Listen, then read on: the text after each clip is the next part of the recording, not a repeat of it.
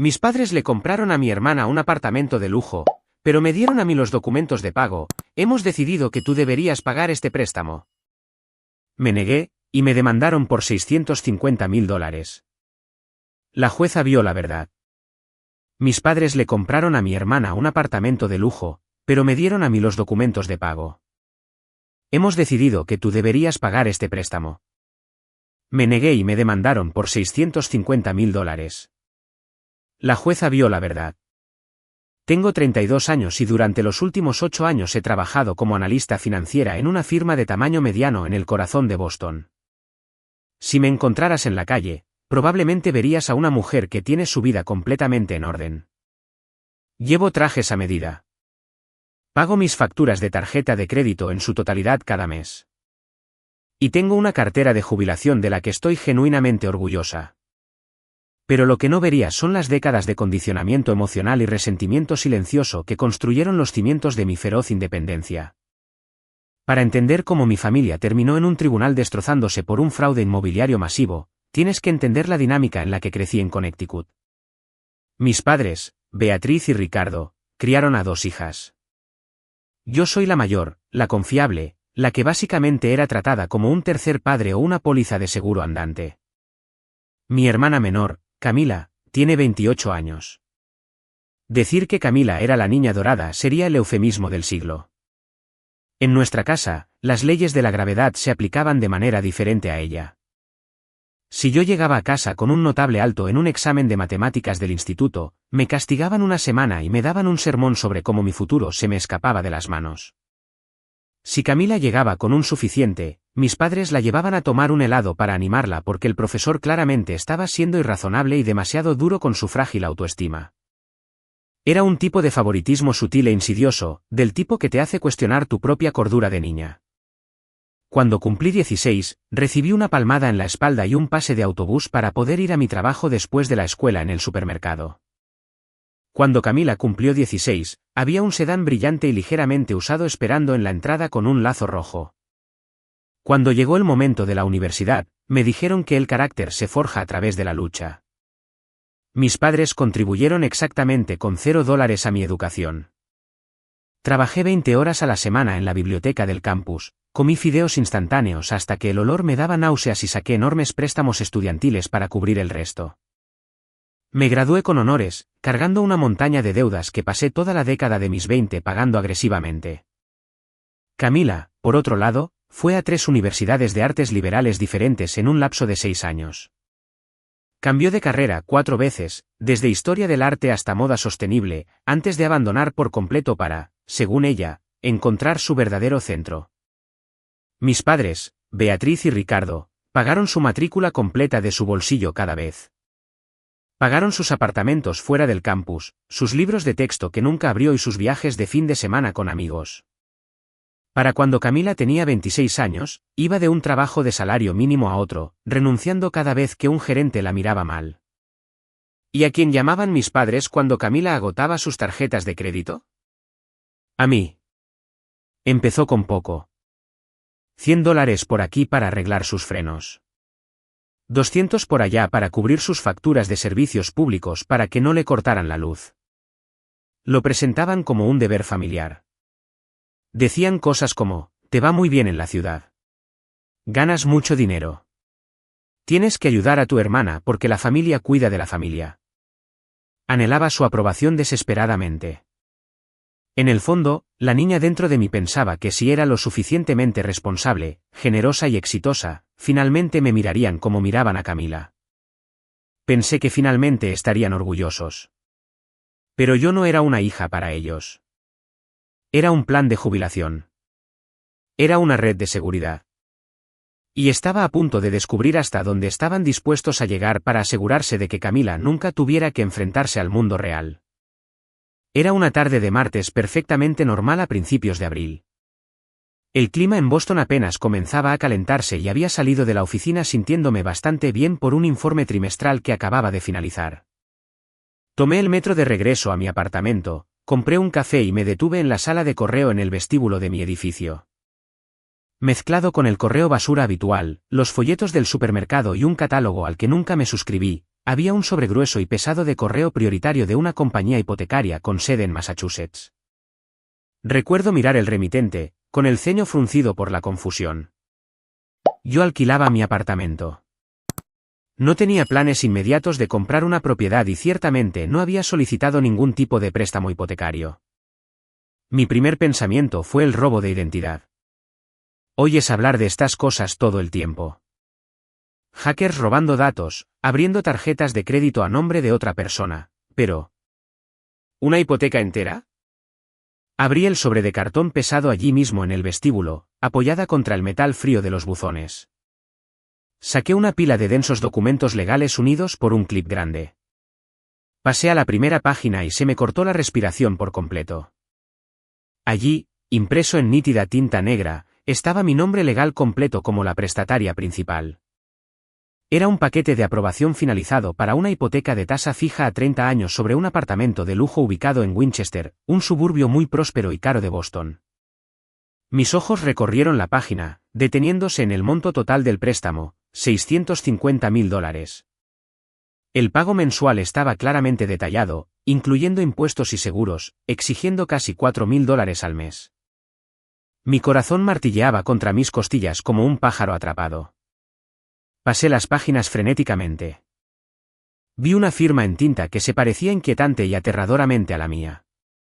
Vi mi número de seguro social impreso en la parte superior de un formulario de divulgación de crédito. Sentí un sudor frío en mi nuca.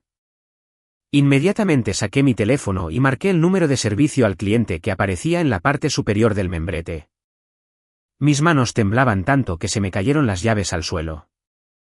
Una representante respondió y prácticamente le grité al teléfono, diciéndole que había habido un error masivo, que mi identidad había sido robada y que no sabía absolutamente nada sobre una propiedad en Winchester.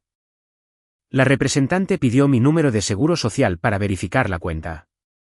Se lo di. Hizo una pausa, tecleando en su ordenador. Luego dijo algo que hizo que la sangre se me helara en las venas. Me dijo que el número de contacto secundario en el archivo, listado para emergencias durante el proceso de cierre, coincidía con un código de área de Connecticut. Leyó los últimos 4 dígitos en voz alta. Era el número de teléfono móvil de mi madre. Terminé la llamada sin decir una palabra más. Me quedé en el vestíbulo de mi apartamento, la gruesa pila de papeles fraudulentos pesada en mis manos, tratando de procesar lo imposible. ¿Mis propios padres? Marqué el número de mi madre.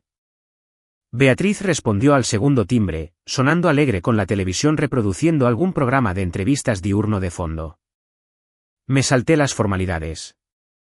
Le pregunté sin rodeos por qué una compañía hipotecaria acababa de enviarme los documentos de aprobación final para un apartamento de $650,000 con mi nombre y por qué su número de teléfono estaba adjunto a mi identidad robada. Hubo una breve pausa en la línea. No sonaba alarmada. No sonaba arrepentida. Sonaba ligeramente molesta porque yo estaba levantando la voz. Suspiró profundamente en el receptor y dijo, tan tranquila como una brisa suave, que habían recibido las llaves ayer. Me dijo que ella y mi padre habían decidido que era hora de hacer una inversión sólida. Dijo que Camila no podía seguir viviendo en apartamentos estrechos y que, como mi puntaje de crédito era tan excelente y mis ingresos tan altos, habían decidido que yo debería ser la que asegurara el préstamo.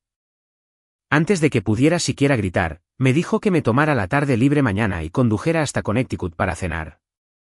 Dijo que discutiríamos el calendario de pagos entonces, como si estuviera hablando de dividir la cuenta en un restaurante. Luego colgó el teléfono. No dormí ni un minuto esa noche. Caminé por mi apartamento, mirando los papeles esparcidos por la isla de mi cocina. Cada vez que miraba ese número astronómico, $650,000, mi estómago se revolvía violentamente. A la mañana siguiente, entré en la oficina de mi gerente, le dije que tenía una emergencia familiar grave y me tomé el resto del día libre. Al mediodía, estaba en mi coche, incorporándome a la Interestatal 93 Sur, en dirección a Connecticut. Ese viaje de 2 horas fue el viaje más largo de toda mi vida. Mi mente corría a toda velocidad, repasando todos los escenarios posibles, todas las implicaciones financieras. Como analista financiera, sabía exactamente lo que esto significaba. Esta deuda masiva aniquilaría por completo mi relación deuda-ingresos. Significaba que nunca podría comprar mi propia casa. Significaba que mi impecable puntaje de crédito, el que había sacrificado mis 20 para construir, ahora estaba encadenado a los caprichos de mis padres financieramente analfabetos y mi hermana perpetuamente desempleada. Agarré el volante con tanta fuerza que mis nudillos se pusieron blancos. Apreté la mandíbula con tanta fuerza que me dolían los dientes. Cuando finalmente entré en el familiar camino de entrada de la casa de mi infancia, vi el coche de Camila aparcado al frente. Subí por el camino de entrada, sin siquiera molestarme en llamar, y abrí la puerta de golpe. Estaban todos sentados en la sala de estar. Mi padre, Ricardo, estaba en su sillón reclinable habitual, bebiendo una cerveza. Mi madre, Beatriz, estaba arreglando una bandeja de galletas y queso en la mesa de café, y Camila estaba recostada en el sofá, mirando su teléfono con una sonrisita petulante y satisfecha. La pura normalidad doméstica de la escena me dio ganas de gritar. Se sentía como si hubiera entrado en una dimensión alternativa donde cometer un fraude federal contra tu propia carne y sangre era solo una actividad casual de miércoles por la tarde. Arrojé la gruesa pila de documentos hipotecarios sobre la mesa de café, justo encima de las galletas. El fuerte golpe hizo que los tres saltaran. Exigí una explicación. Exigí saber exactamente cómo lo habían logrado, paso a paso, porque el representante del banco había confirmado que estos documentos estaban completamente procesados. Ricardo silenció la televisión y se inclinó hacia adelante, juntando las manos, adoptando ese tono autoritario y patriarcal que siempre usaba cuando esperaba obediencia absoluta. Comenzó diciendo que el mercado inmobiliario en los suburbios de Boston era brutal en este momento. Dijo que Camila necesitaba un lugar seguro y de alta calidad para vivir que se ajustara a su estilo de vida. Pero con su historial laboral irregular, ningún banco la tomaría en serio. Así que explicó que encontraron una solución. Beatriz intervino, sonriendo como si acabara de hornearme un pastel. Dijo que sabían que yo reaccionaría de forma exagerada si me lo pedían directamente. Dijo que siempre había sido muy tacaña y rígida con el dinero. Así que decidieron quitarme el peso del papeleo de encima. Lo presentaron como un favor. ¿Un favor? Habían robado mi identidad, me habían encadenado a una montaña de deudas, y estaban sentados allí esperando que les diera las gracias por ello. Camila finalmente levantó la vista de su teléfono, poniendo los ojos en blanco, y me dijo que me calmara porque era un apartamento precioso y tenía una terraza en la azotea que podía usar para su contenido de yoga. Sentí que mi visión se estrechaba. La habitación se sentía increíblemente pequeña y sofocante. Apunté directamente a mi padre y le hice la pregunta crucial. Le pregunté cómo habían eludido los controles de seguridad. ¿Cómo consiguieron los formularios de impuestos W2? ¿Cómo falsificaron mi firma física? Trabajo en finanzas. Sé los obstáculos que hay que superar para cerrar un préstamo de esta magnitud. Ricardo se movió incómodo en su silla. Admitió con un gesto de la mano que tenía un amigo de su liga de bolos que trabajaba como agente hipotecario. Este agente estaba dispuesto a pasar por alto el requisito de presencia física para la firma, procesando el papeleo como un favor para un viejo amigo. Luego dirigí mi furia absoluta hacia mi madre. Exigí saber de dónde sacó mis registros financieros. Beatriz se cruzó de brazos a la defensiva, su dulce fachada cayendo al instante. Confesó que durante el Día de Acción de Gracias del año pasado, mientras yo ayudaba a cocinar el pavó, ella había ido al ático y había hurgado en el viejo archivador donde yo tontamente había dejado algunas de mis declaraciones de impuestos y recibos de pago anteriores antes de mudarme a Boston. Permanentemente. Usó mi número de seguro social de esos formularios. En cuanto a la firma, se jactó, literalmente se jactó, de cómo había practicado mi caligrafía durante una semana para que las firmas en tinta coincidieran perfectamente en las copias impresas enviadas a la gente. Me quedé allí vibrando con una rabia tan pura y abrumadora que sentí que me iba a desmayar. Les dije, con la voz bajando a un susurro bajo y tembloroso, que lo que acababan de describir era robo de identidad. Era fraude hipotecario. Era un delito federal que conllevaba una severa pena de prisión. Camila se burló en voz alta, echándose el pelo por encima del hombro. Dijo que estaba siendo demasiado dramática. Dijo que yo ganaba mucho dinero y que, Como vivía en un apartamento barato sin marido ni hijos, pagar los $4.000 al mes apenas afectaría mi estilo de vida. De hecho, me miró a los ojos y dijo que era mi turno de devolverle algo a la familia que me crió. No grité. Gritar habría implicado que estábamos teniendo una conversación. Simplemente declaré un hecho. Les dije que no pagaría ni un solo centavo por ese apartamento. Les dije que iría directamente a la policía y luego al banco para denunciar el fraude. Ricardo se levantó, con la cara enrojecida. Me apuntó con un dedo grueso a la cara y bramó que si salía por esa puerta y arruinaba esto para mi hermana, estaría muerta para él. Amenazó con desheredarme permanentemente. Me dijo que era una hija egoísta e ingrata que solo se preocupaba por acaparar riquezas mientras su propia sangre luchaba.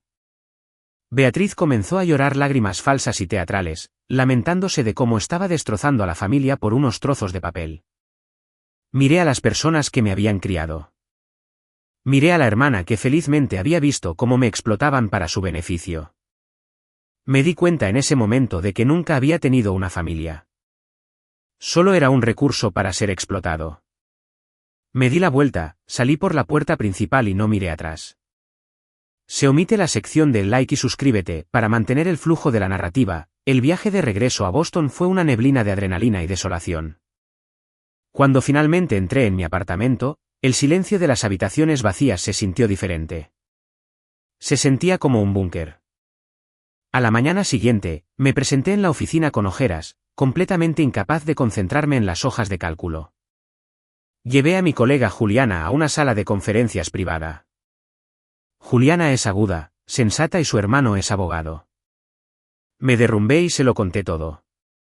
No ofreció lugares comunes vacíos ni me dijo que la familia es la familia. Inmediatamente entró en modo de crisis. En una hora, Juliana me había dado la información de contacto de Carlos, un duro abogado litigante especializado en disputas financieras y fraude. Pasé toda mi hora de almuerzo hablando con él por teléfono. Carlos era un pragmático.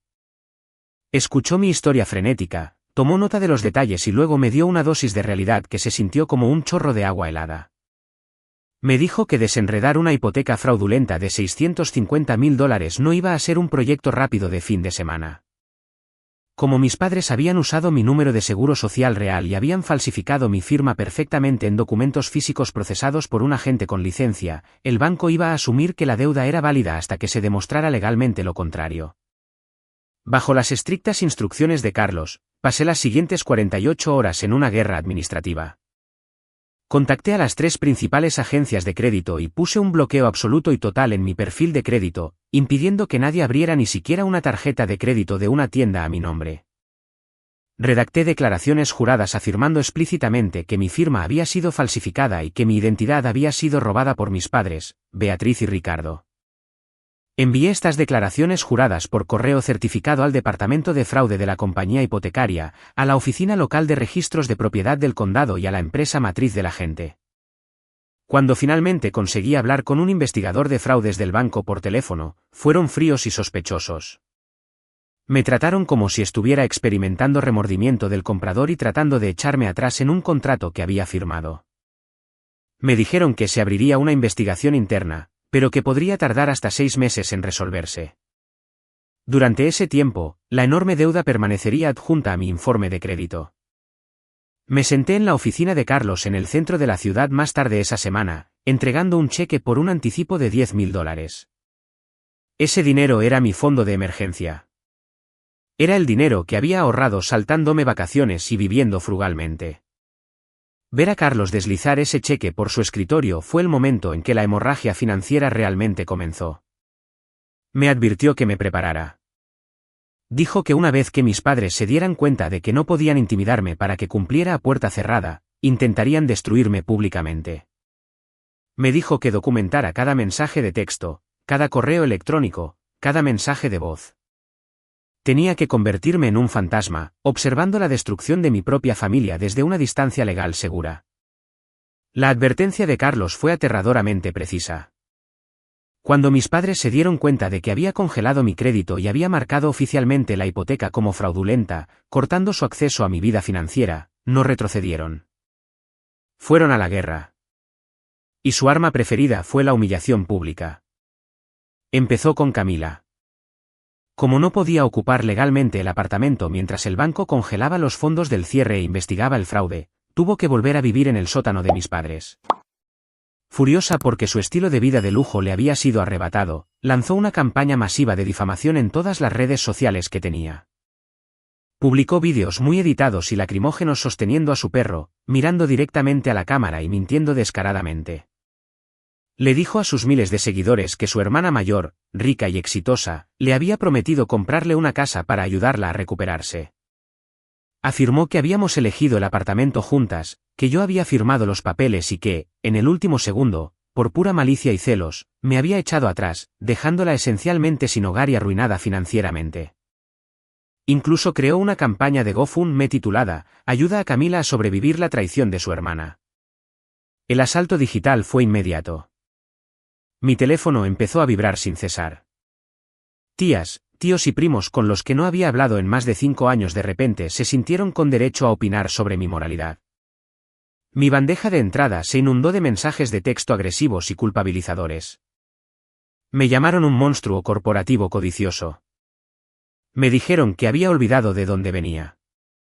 Mi tío Pedro me envió un mensaje diciendo que estaba rompiendo el corazón de mi madre y que necesitaba dar un paso al frente y honrar el contrato familiar.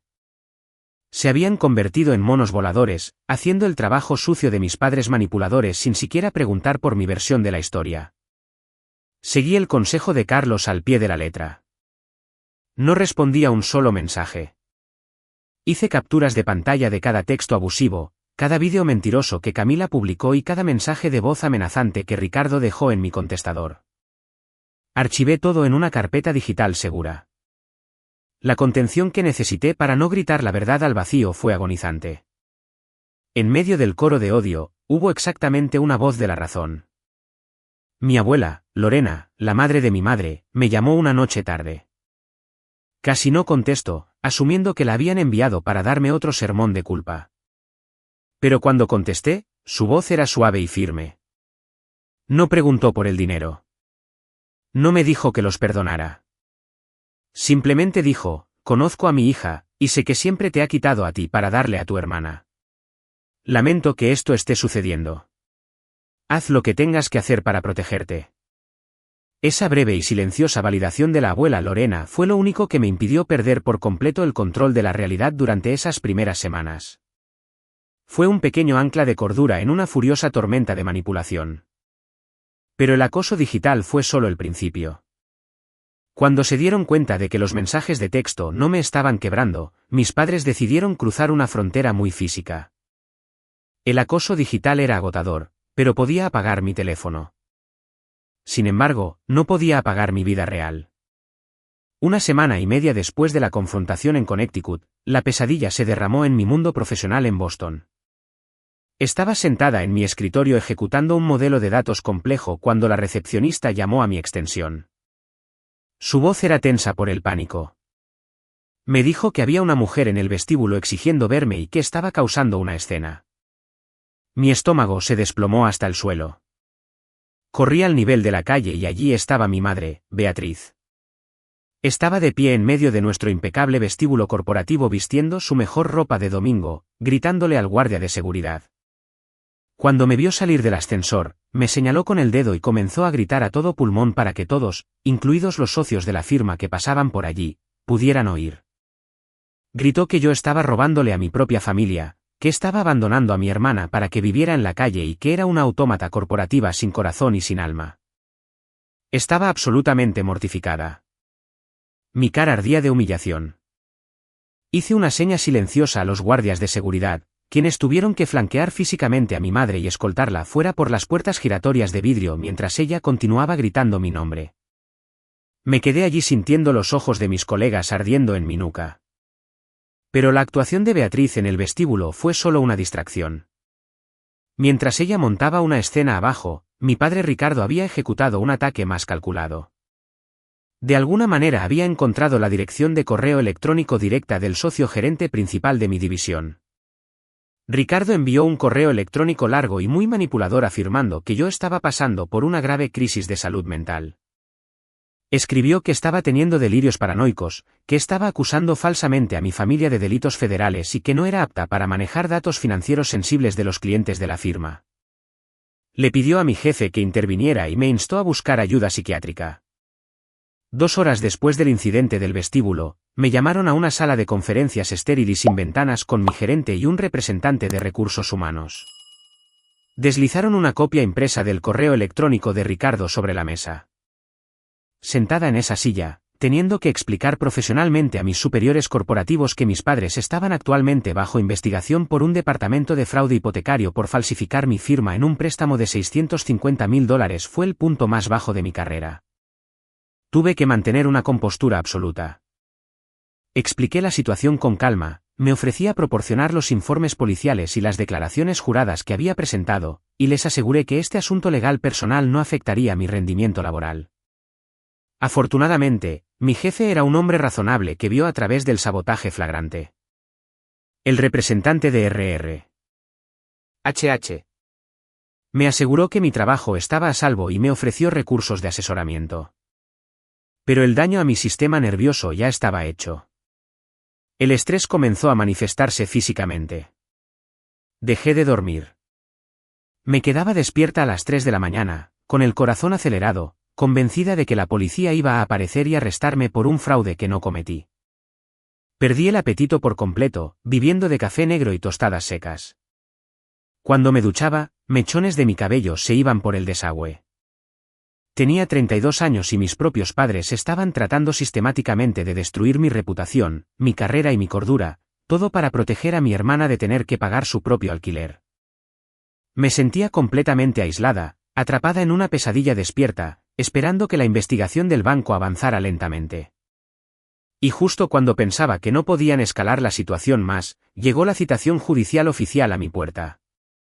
En el momento en que el oficial de justicia me entregó ese grueso sobremanila, sentí un dolor agudo y frío que irradiaba desde mi pecho hasta las yemas de mis dedos. Era un domingo por la mañana, un tiempo que solía ser sagrado para mi descanso y recuperación. Me quedé en mi pasillo, la pesada puerta aún entreabierta, mirando la jerga legal impresa en la primera página. Los demandantes estaban listados en negrita, Ricardo y Beatriz. Mi propio padre y mi propia madre me llevaban oficialmente a los tribunales. Esto ya no era solo una disputa familiar o una discusión acalorada en una mesa de comedor en Connecticut. Esto era una declaración formal y pública de guerra. Mientras me sentaba en mi sofá, el silencio de mi apartamento se sentía sofocante. Me obligué a leer las 37 páginas de la demanda. Su abogado, un hombre llamado Lorenzo, había redactado una obra maestra de historia revisionista.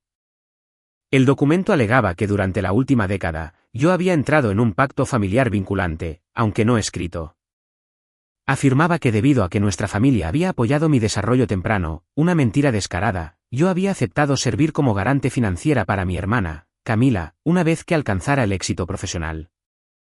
Incluso enumeraron cada pequeño regalo que le había dado a Camila, cada $100 que le había prestado para reparaciones del coche o para la compra, no como actos de bondad, sino como pruebas de una obligación financiera continua.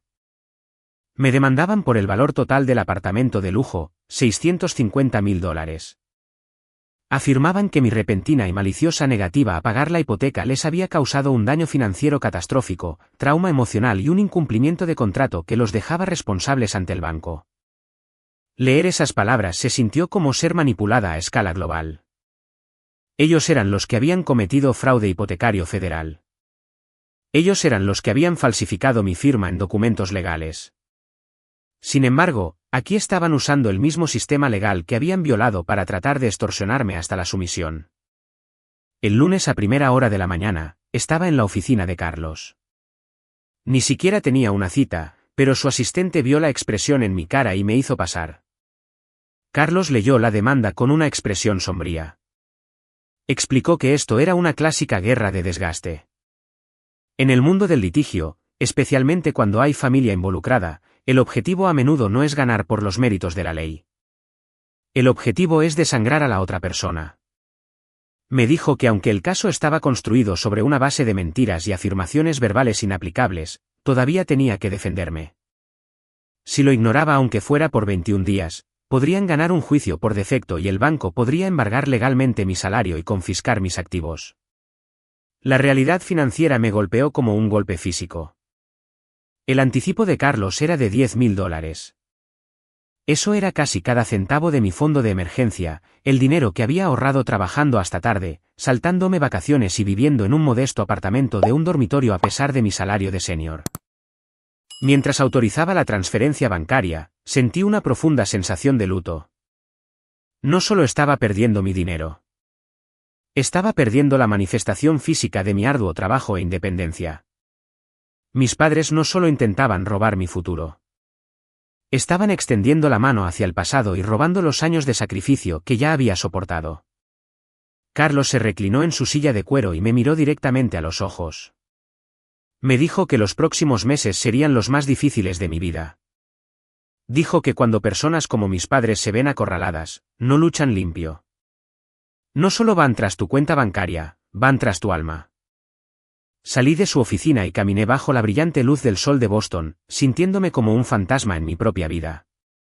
Los 3 meses previos a nuestra primera cita en el tribunal fueron un lento y agonizante descenso a un infierno personal.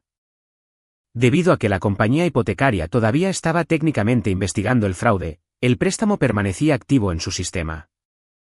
Esto significaba que Camila, a pesar de la ilegalidad de la situación, podía permanecer en el apartamento de lujo en Winchester. Trató esa casa de $650.000 como si fuera su patio de recreo personal, y se aseguró de que yo viera cada momento. Tuve que dejar de mirar las redes sociales, pero amigos, personas que pensé que estaban de mi lado, todavía me enviaban capturas de pantalla de sus publicaciones. Allí estaba Camila descansando en la terraza de la azotea con una copa de champán caro, etiquetando la foto con hashtags sobre manifestar sus sueños y vivir su mejor vida. En un vídeo particularmente cruel, dio un recorrido por el vestidor, riéndose de cómo finalmente tenía suficiente espacio para toda la ropa de diseñador que nuestra madre, Beatriz, le había comprado como regalo de inauguración. Mientras yo comía tostadas con mantequilla de maní para cenar para ahorrar dinero para mis crecientes honorarios legales, Camila vivía como la realeza con mi crédito robado. El estrés comenzó a tener un efecto devastador en mi cuerpo. Dejé de dormir más de 3 horas por noche. Cada vez que cerraba los ojos, veía el número 650.000 flotando en la oscuridad, un peso gigante aplastando el aire de mis pulmones. Perdí 7 kilos en 6 semanas. Mi ropa me quedaba grande y mi piel adquirió una palidez gris y enfermiza. Una tarde, Juliana me encontró mirando una hoja de cálculo en blanco en mi escritorio, con lágrimas corriendo silenciosamente por mi cara. Trató de consolarme, pero ¿cómo le explicas a una persona normal que tu propia madre practicó tu firma durante una semana solo para arruinar tu vida? Aproximadamente un mes antes del juicio, Carlos me llamó a su oficina para una discusión urgente sobre un acuerdo. El abogado de mis padres se había comunicado con una propuesta. Estaban dispuestos a retirar la demanda por completo, pero solo si yo firmaba un acuerdo legalmente vinculante para pagar la hipoteca durante los próximos 60 meses, 5 años completos. Después de ese periodo, afirmaron que Camila estaría lo suficientemente estable como para refinanciar el préstamo a su propio nombre. Me senté allí sosteniendo el papel del acuerdo, y por una fracción de segundo, sentí un impulso abrumador de simplemente firmarlo. El agotamiento era tan profundo, tan absoluto, que solo quería que la pesadilla terminara. Pensé en los $4.000 al mes. Durante 5 años, eso sería $240.000. Era una cantidad astronómica de dinero, un rescate por mi propia vida.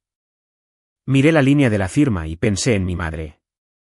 Pensé en la niña que solía hornear galletas con ella, esperando una palabra amable. Quizás si pagaba, me volverían a querer. Quizás el acoso se detendría y podríamos ser una familia de nuevo. Pero luego recordé los mensajes de texto que Juliana me había ayudado a archivar. Recordé la forma en que Ricardo me había gritado, llamándome un recurso en lugar de una hija. Me di cuenta de que si firmaba esto, la guerra no terminaría.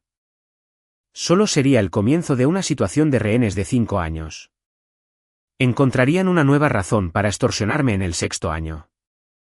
Miré a Carlos y me di cuenta de que me estaba poniendo a prueba. Quería ver si todavía tenía las agallas para luchar. Empujé el papel de vuelta sobre el escritorio y le dije con una voz que parecía pertenecer a otra persona que no pagaría ni un solo centavo. Le dije que preferiría gastar cada dólar que tenía luchando contra ellos frente a un juez que darles un centavo de dinero para la paz. Íbamos a juicio. El día de la moción de desestimación llegó con un viento gris y cortante que barrió las calles de Boston. Llegué al juzgado del condado a las 8:15 de la mañana vistiendo mi traje azul marino más conservador. Había pasado una hora esa mañana maquillándome, tratando de ocultar las ojeras bajo mis ojos y las cavidades en mis mejillas. Necesitaba parecer la analista financiera senior que era, competente, inquebrantable y racional. Carlos me encontró en el control de seguridad, su maletín lleno de las pruebas que me salvarían o me hundirían. Cuando entramos en la sala 4B, el aire se sentía espeso con el olor a papel viejo y energía nerviosa. Escaneé la galería y sentí que mi corazón daba un vuelco. Allí estaban. Mis padres, Ricardo y Beatriz, estaban sentados en la primera fila del lado derecho. No estaban solos. Habían traído un pequeño ejército de parientes lejanos, las tías y primos que habían pasado los últimos meses llamándome monstruo en las redes sociales. Todos me miraban con diversos grados de desprecio y lástima. Camila estaba sentada entre nuestros padres, vistiendo un modesto vestido floral y una mirada de inocencia practicada que me puso la piel de gallina. La jueza Rosalía tomó asiento precisamente a las 9. Era una mujer que imponía respeto instantáneo con ojos agudos e inteligentes que parecían pesar el alma de todos en la sala. Resolvió varios casos menores con una eficiencia enérgica y sensata. Pero cuando finalmente llamó García contra García, la atmósfera en la sala cambió. Se volvió pesada, casi eléctrica. El abogado de mis padres, Lorenzo, se levantó primero. Era un hombre que claramente amaba el sonido de su propia voz. No se centró en la ley. Se centró en la santidad de la unidad familiar. Habló durante 20 minutos sobre el contrato social implícito entre padres e hijos. Pintó una imagen de un padre y una madre devotos que habían sacrificado todo por la educación de su hija mayor, una completa invención, y que ahora, en sus años crepusculares, simplemente pedían un pequeño retorno de esa inversión para ayudar a su hija menor menos afortunada. De hecho, usó la frase equidad entre hermanos para describir el acto de robar mi identidad. Fue una de las actuaciones más nauseabundas que he presenciado. Mientras hablaba, observé a la jueza Rosalía. No se movió. No sonrió. Solo tomaba notas, su pluma rasgando rítmicamente contra su bloc de notas legal. Cuando Lorenzo terminó su dramática súplica, se sentó con una expresión de satisfacción petulante, asintiendo a mi padre como si ya hubieran ganado. Luego se levantó Carlos. No usó un lenguaje florido. No habló de valores familiares. Abrió su portátil, proyectó un documento en la pantalla grande de la sala y comenzó con los hechos. Mostró la solicitud de hipoteca. Mostró la línea de la firma. Luego mostró una comparación en alta resolución de mi firma real de mi pasaporte y la firma falsificada en el préstamo de $650.000. La diferencia era sutil para un ojo no entrenado, pero al magnificarla, las marcas de vacilación del falsificador eran innegables. Carlos luego lanzó la primera bomba real. Presentó una declaración jurada del asistente del agente hipotecario.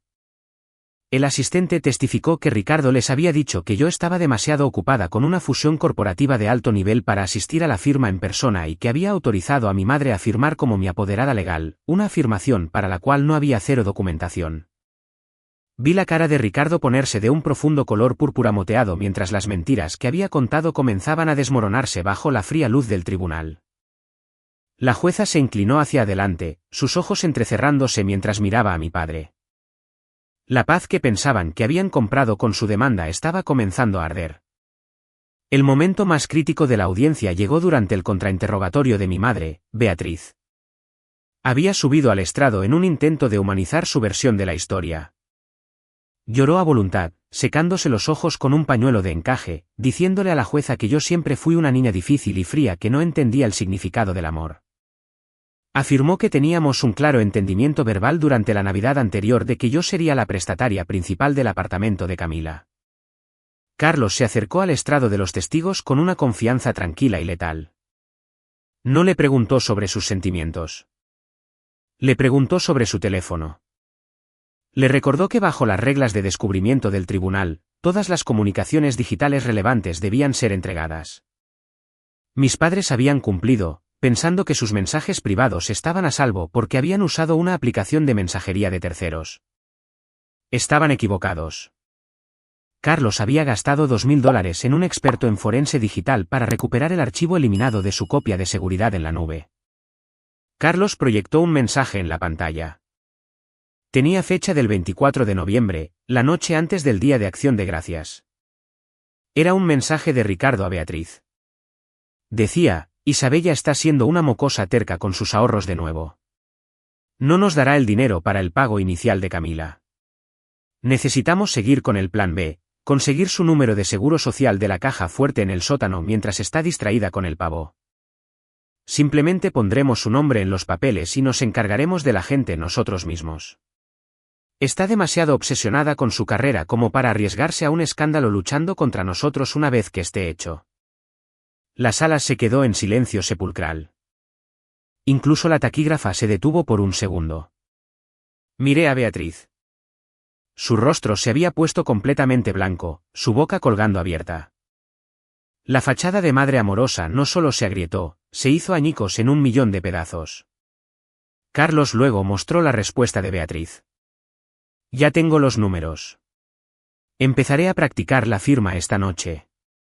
Camila está muy emocionada con el lugar de Winchester. Se lo merece después de todo lo que ha pasado.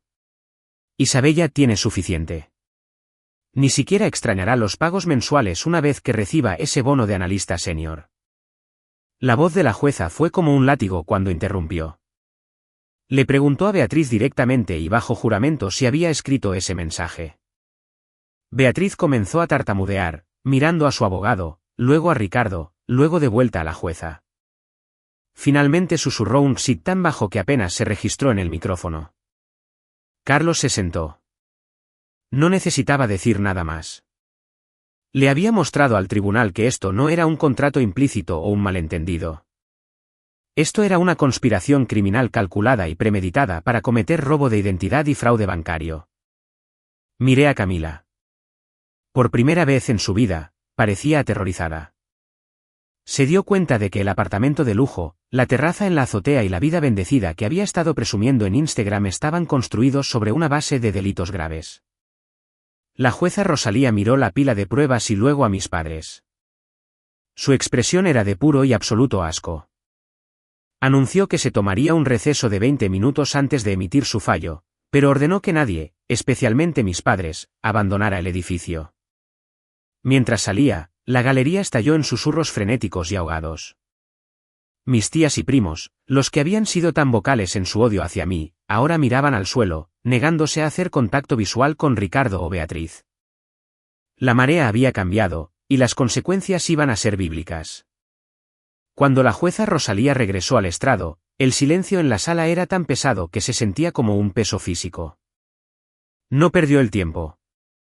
Comenzó declarando que en 25 años en el cargo, rara vez había visto una traición tan vergonzosa y calculada de la confianza parental. Otorgó formalmente nuestra moción para desestimar la demanda con perjuicio. Esto significaba que el caso estaba muerto para siempre. Mis padres nunca podrían demandarme por este dinero de nuevo. Pero la jueza estaba lejos de terminar. Dirigió su atención al abogado de mis padres, Lorenzo, y emitió una reprimenda formal por presentar una demanda frívola y maliciosa. Luego ordenó a Ricardo y Beatriz que pagaran cada centavo de mis honorarios legales, un total de $15.000, como sanción por abusar del sistema judicial. Luego vino la parte que realmente cambió mi vida. La jueza Rosalía anunció que iba a hacer una remisión formal a la oficina del fiscal del distrito para una investigación por fraude hipotecario y robo de identidad. Miró a Ricardo y dijo: la familia no es un escudo para el comportamiento criminal, señor García. No solo le falló a su hija, violó la ley. También emitió una orden de protección permanente que les prohibía contactarme o acercarse a menos de 150 metros de mi casa u oficina durante el próximo año. Mientras el alguacil declaraba el fin de la sesión, sentí una extraña sensación de entumecimiento. Había ganado. La deuda de $650.000 ya no era mi problema. Mi crédito sería restaurado. Pero mientras salía de la sala, vi a mi madre sollozando en el pasillo, rodeada de los parientes que ahora discutían en voz alta sobre quién iba a pagar su propio viaje de regreso a casa. Era el fin de mi familia tal como la conocía. Esa noche, estaba sentada en mi apartamento mirando el horizonte de Boston cuando mi teléfono vibró. Era un mensaje de voz de Camila. No debería haberlo escuchado, pero lo hice.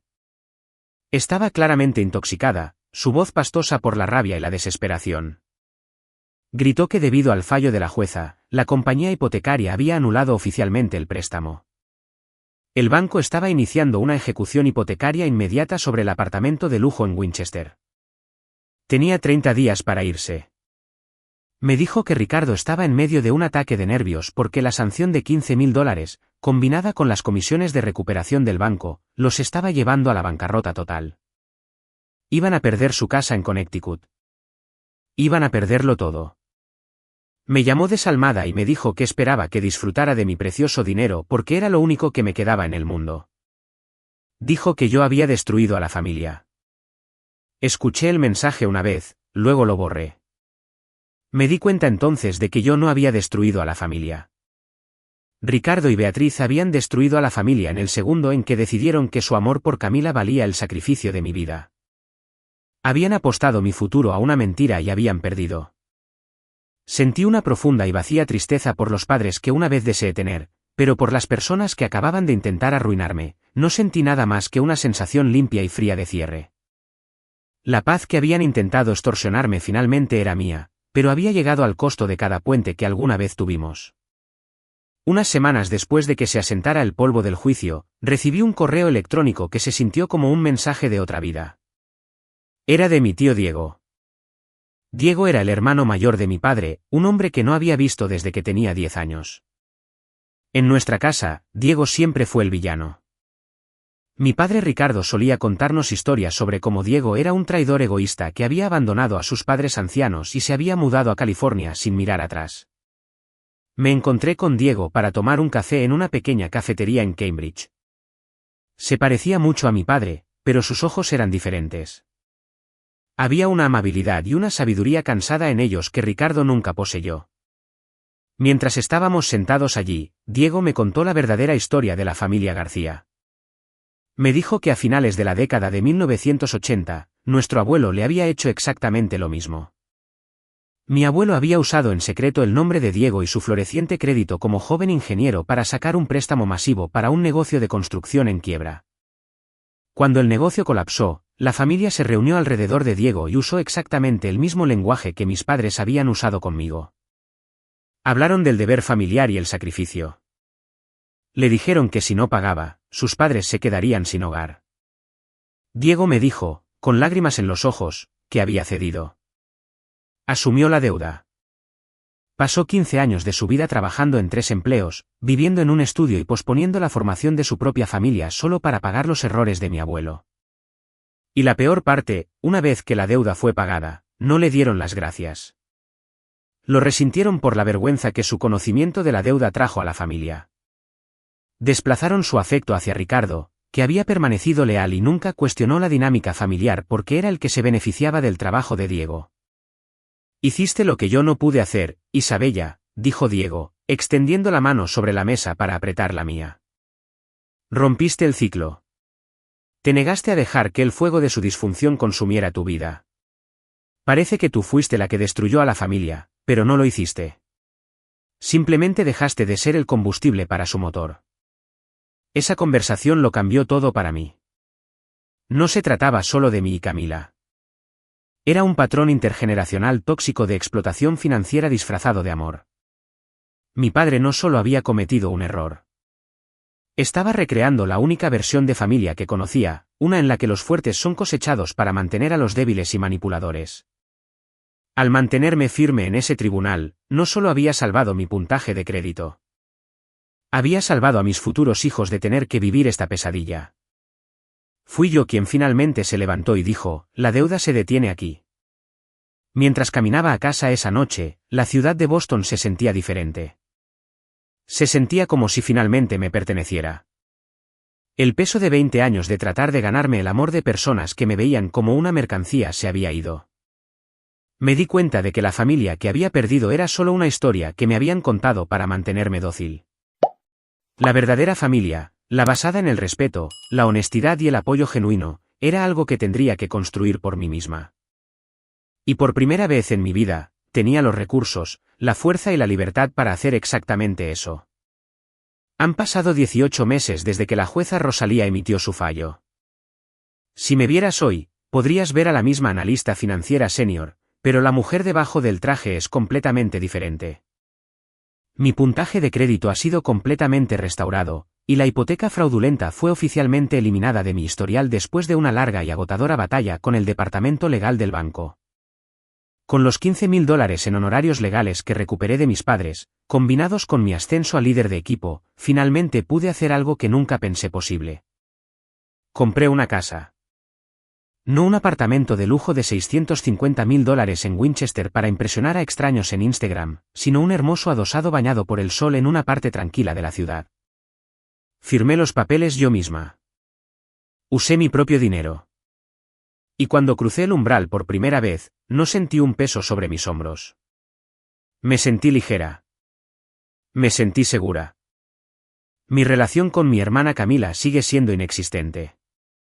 A través de los chismes familiares, escuché que se mudó de nuevo al sótano de mis padres después de la ejecución hipotecaria. Eventualmente consiguió un trabajo como asistente administrativa, pero todavía publica citas sobre cómo es una sobreviviente de la energía tóxica. Nunca entenderá que la toxina era su propio sentido de derecho. Mis padres, Ricardo y Beatriz, viven en un pequeño apartamento de 2 habitaciones. Están en bancarrota y su reputación en su pequeña ciudad de Connecticut está arruinada. Es un final trágico para ellos, pero es la consecuencia natural de sus propias decisiones. Eligieron a Camila por encima de la ley y eligieron la manipulación por encima de su hija mayor. He pasado mucho tiempo en terapia. Mi terapeuta, una mujer maravillosa llamada Dra. Martínez, me ayudó a navegar el profundo duelo de los últimos 2 años. Me enseñó que no puedes tener una relación con una versión de las personas que no existe. Estaba enamorada de la fantasía de mis padres y tuve que dejar morir esa fantasía para poder vivir. También comencé un grupo de apoyo. Es una pequeña comunidad privada para personas que han sobrevivido al abuso financiero familiar. Cada semana hablo con jóvenes a los que se presiona para que asuman las deudas de sus padres o que han descubierto que sus identidades han sido robadas por las personas que se suponía debían protegerlos. Les cuento mi historia. Les hablo del tribunal, los mensajes de texto y la multa de $15.000. Les digo que está bien decir que no. Les digo que proteger su futuro no es un acto de odio. Es un acto de autopreservación. Miro mi vida ahora y estoy rodeada de una familia elegida. Tengo a Juliana, que estuvo a mi lado cuando estaba en mi punto más bajo. Tengo al tío Diego, que se ha convertido en un mentor y un verdadero amigo. Y tengo la tranquilidad que proviene de saber que mi cuenta bancaria, mi reputación y mi alma son enteramente mías. Así que, mirando hacia atrás a los escombros que crearon y las graves consecuencias que ahora enfrentan, algunos parientes lejanos todavía me envían mensajes diciendo que debería haber pagado solo unos meses de hipoteca para mantener a la familia unida. Dicen que soy la razón por la que mis padres viven en la pobreza.